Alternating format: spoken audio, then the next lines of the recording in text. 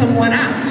But when they snitch and tattletale, 9 times out of 10, they're doing that to either get someone in trouble or to keep someone, or keeping themselves from getting in trouble. There's a big difference. Let me give you an example. If you got off your bus in your neighborhood and you skipping home like you normally do, and you happen to notice that your neighbor's house is on fire, is it a bad thing to pick up a telephone and dial 911 and report to the fire department that your neighbor's house is on fire? No, it's a good thing. It's a good thing. But still, I got some puzzle faces. Let me give you another example. Let's say you got off the bus today in your neighborhood and you're skipping home like I know you normally do.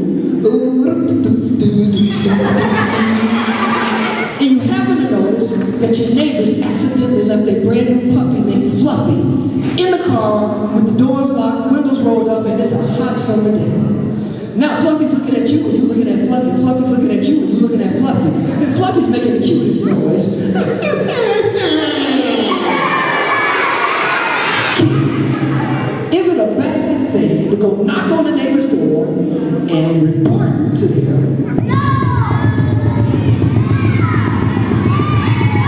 that Fluffy's in trouble? Is it a bad thing?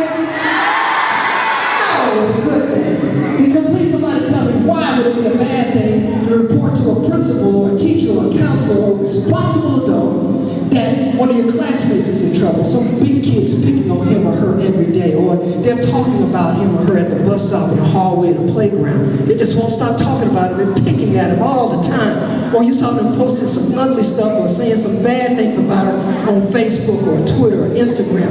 Why would it be a bad thing to report it? Repeat after me and say, don't ignore it. Report it. Don't ignore it. Report it. Listen, for the self-bullies, you got to do something different. You got to do 2 things different. First thing you got to do is you got to do the opposite of everybody else. You have to ignore something. What you got to ignore is that voice in your head that's telling you that you're not important, that nobody cares and you don't matter. That voice is a storyteller, it's a fibber, it's a lie. You can't listen to nothing it says. Matter of fact, kids, did you know that each and every one of you guys are very important? Very important. Not just to your parents, teacher, or school. Did you know you're important to the whole world? Here's why I say that. Because each and every one of you guys are like a superhero with a superhero power. Because each and every one of you have a special gift or a talent. Something you can do better than anyone else in the whole world. Now it's your job to figure out what your gift, your talent, your thing is. But once you figure it out, you got to share it with the rest of the world. Did you guys know that some of you guys' gifts and talents might be a cure for cancer or diabetes, or to invent a car that can go 1,000 miles on a single drop of gas? Now, if you did that, don't you think that the world might care about that? Do you think that it might matter to the world? You think that might be important to the world? So, self-bullies, you can't listen to that voice.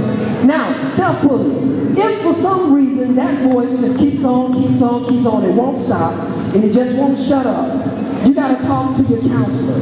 Talk to your school counselor. That's what they're here for. They can help you out, I promise you. If they don't help you, you gonna contact Officer Rob. I'll point you in the right direction. Now, there's one last person you gotta talk to. And this goes for all types of bullies. This affects physical, verbal, and cyber, and the self-bully. And that's a true friend. A true friend. Raise your hand if you have a friend. Raise your hand if you got 2 friends. Now raise your hand if you got a true friend.